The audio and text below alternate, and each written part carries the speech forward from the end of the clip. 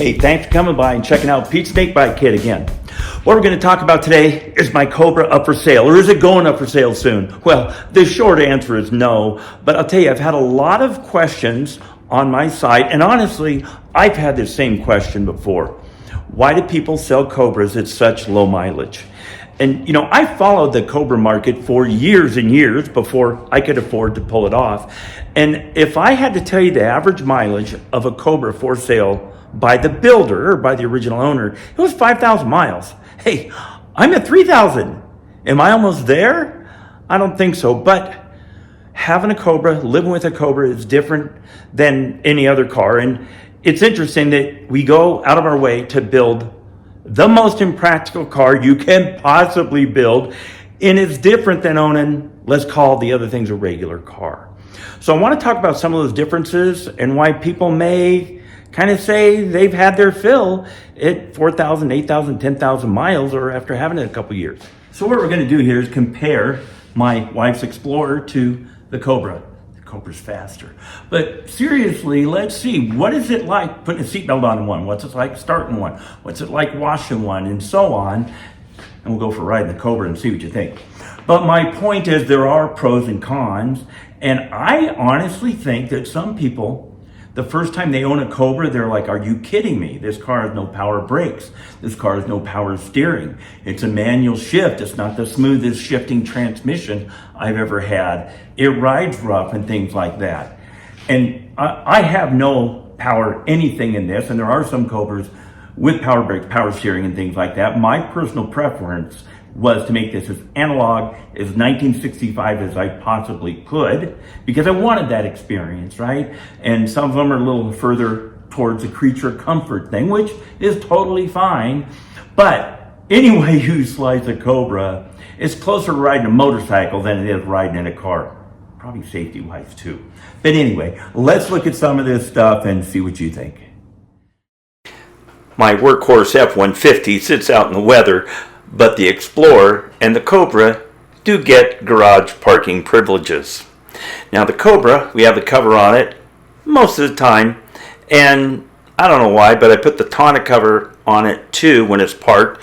At this point the car had been sitting for more than a week because I'd been away on business, so I had the cover and the tonneau cover on it. So before you go for a drive, it takes a minute to unwrap the car.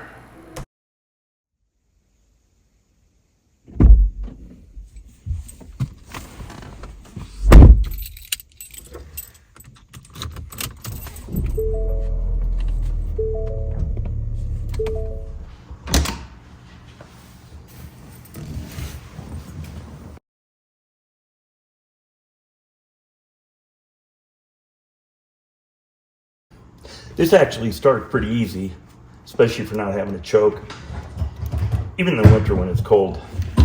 But still, we got to pump the fuel and wait for it to warm up before it really is happy about idling. Let's see.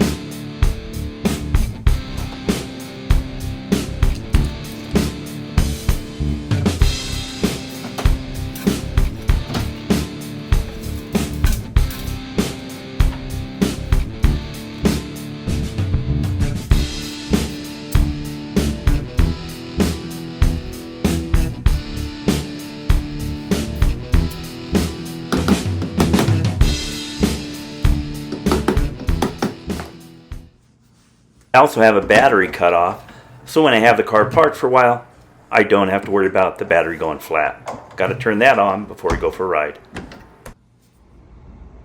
Having a pair of shoes with very rounded edges is really good idea. These are really nice because that's all you got for pedal room.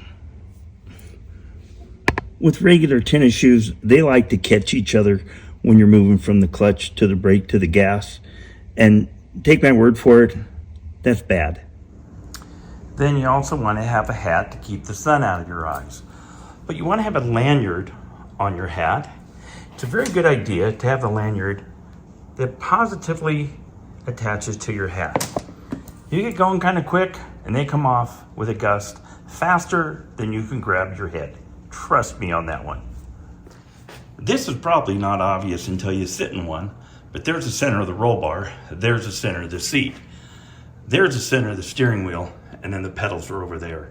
It's a little bit cattywampus, but it's like racing a motorcycle with bent handlebars. After a couple minutes, you're like, whatever.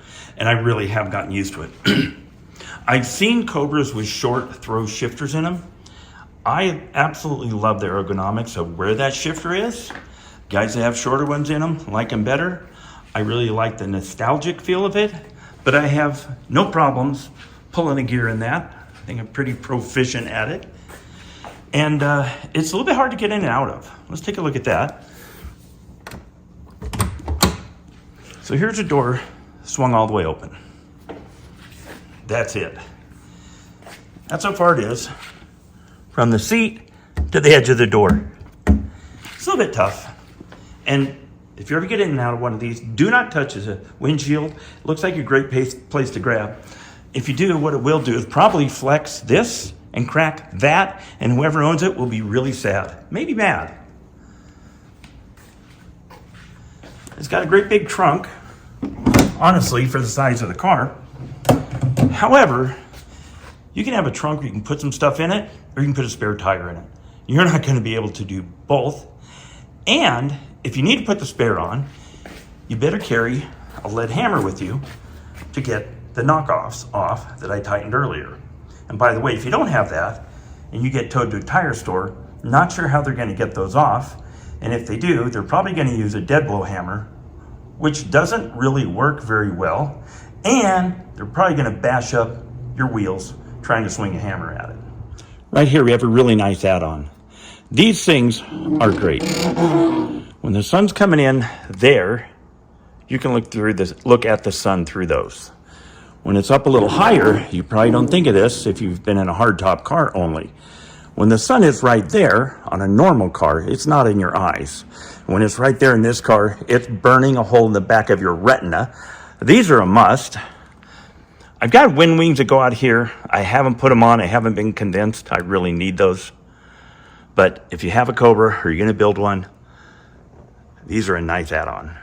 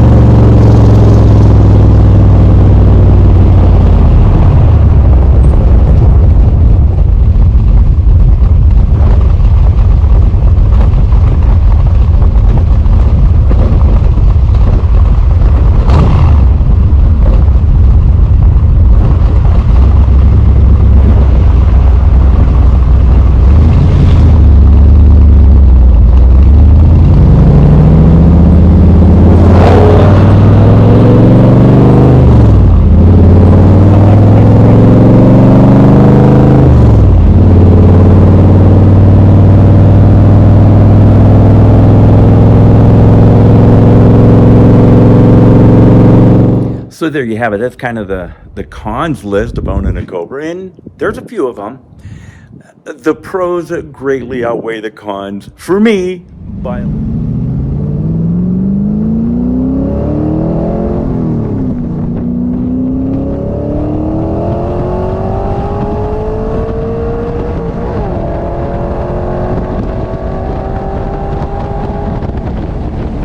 a long shot. Obviously, it's different for everybody.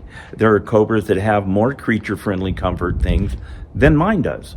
But I'll tell you what, rolling down the street in this thing, it outweighs the cons by a lot. Better yet, rolling into the throttle going down the street, it outweighs any negatives on this. I thoroughly enjoy having this. If you build one of these, you're going to thoroughly enjoy having it. I'm just hoping I gave you a better picture so that when you're doing these things, you're not surprised.